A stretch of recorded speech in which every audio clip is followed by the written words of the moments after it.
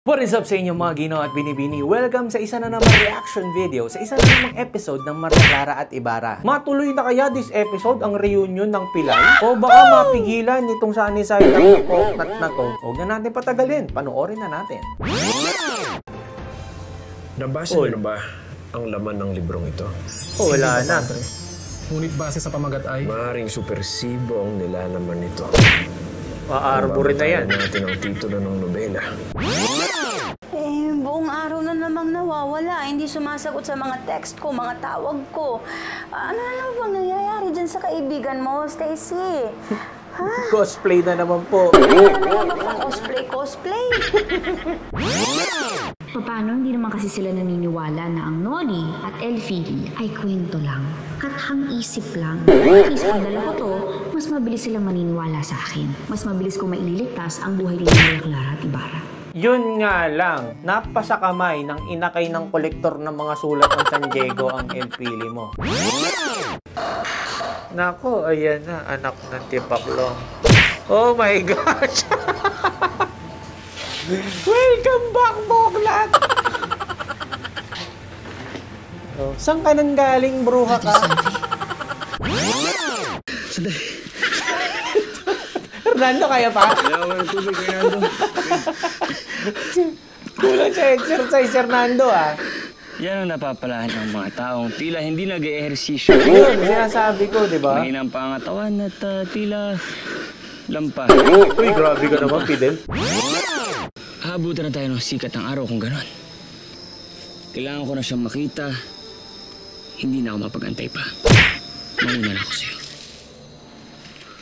Kaibigan. Ibigan. Ang bihira ka. At iniwan na nga ako. Alam mo, gusto ko to si Hernando. Sana magtagal ang buhay nito sa Elfili, ah. In fairness, ah. Ganda ng role mo, Hernando, ah. Galing din niya umaking, ah. Umi-employ level, eh. May multo dyan. Hernando, takbo! May lalabas pa atang kapre. Sumunod tayo. Anong hiwaga ang meron ka? At hindi na bago ng panahon ng iyong edad at iyong wangis. Skincare ko talaga ang concern mo.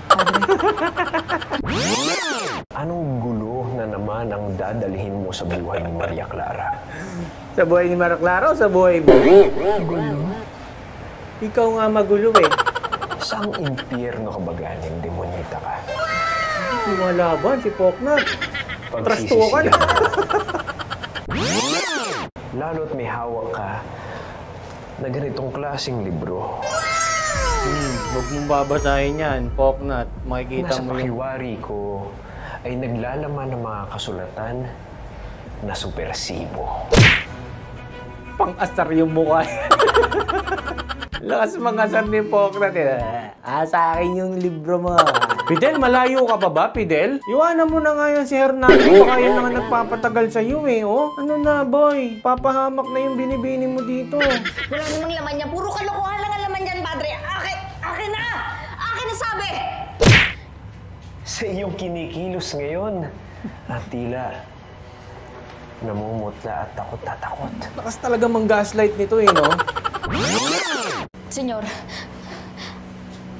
asan na ba kasi yung pinadala niyo para sunduin si Senyor Simon? Bakit kayo dumating? Asan ba si Senyor Simon? Uy, yung bunganga mo naman, Clay! Kilala kayo ng Cardinal Moreno. Oo. Bunganga mo kasi, Clay, eh. ¿Dónde estás, Crisóstomo? ¿Dónde estás, mi amor? May samang kukulam na ata to si Clarita, oh. Tumatawag na ng tao sa panaginip. Vuelve aquí. Sálvame, Crisóstomo.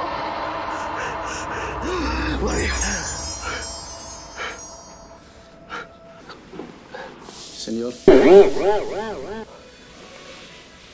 Querido, ora. Ang creepy naman nung padre na yun. Ano yun, pumasok na lang sa kwarto ni Ibarra ng ganun-ganun na lang. Eh, paano kung nakabrief lang si Ibarra daw?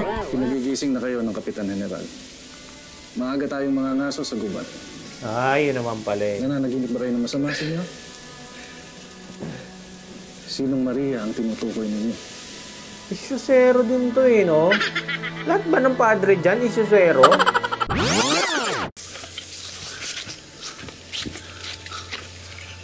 Ayun.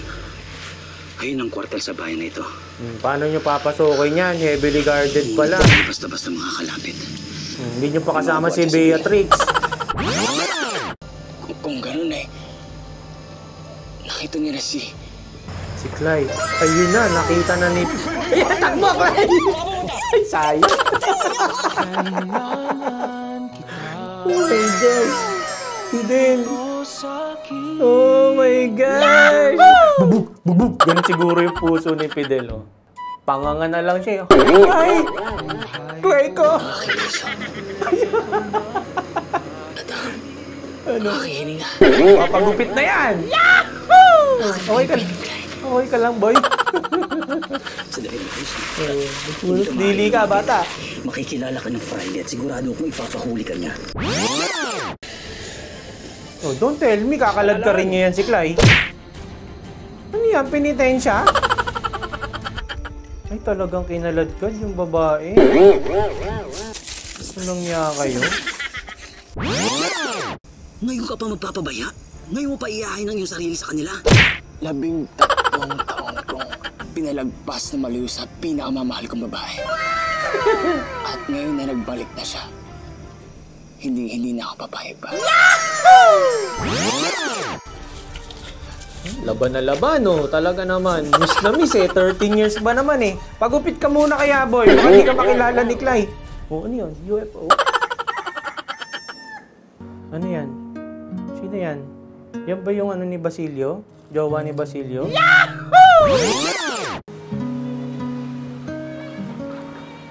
Araw-araw akong magdarasal para mabilis kong mabayaran ang mga utang ko kay Hermana Benchang.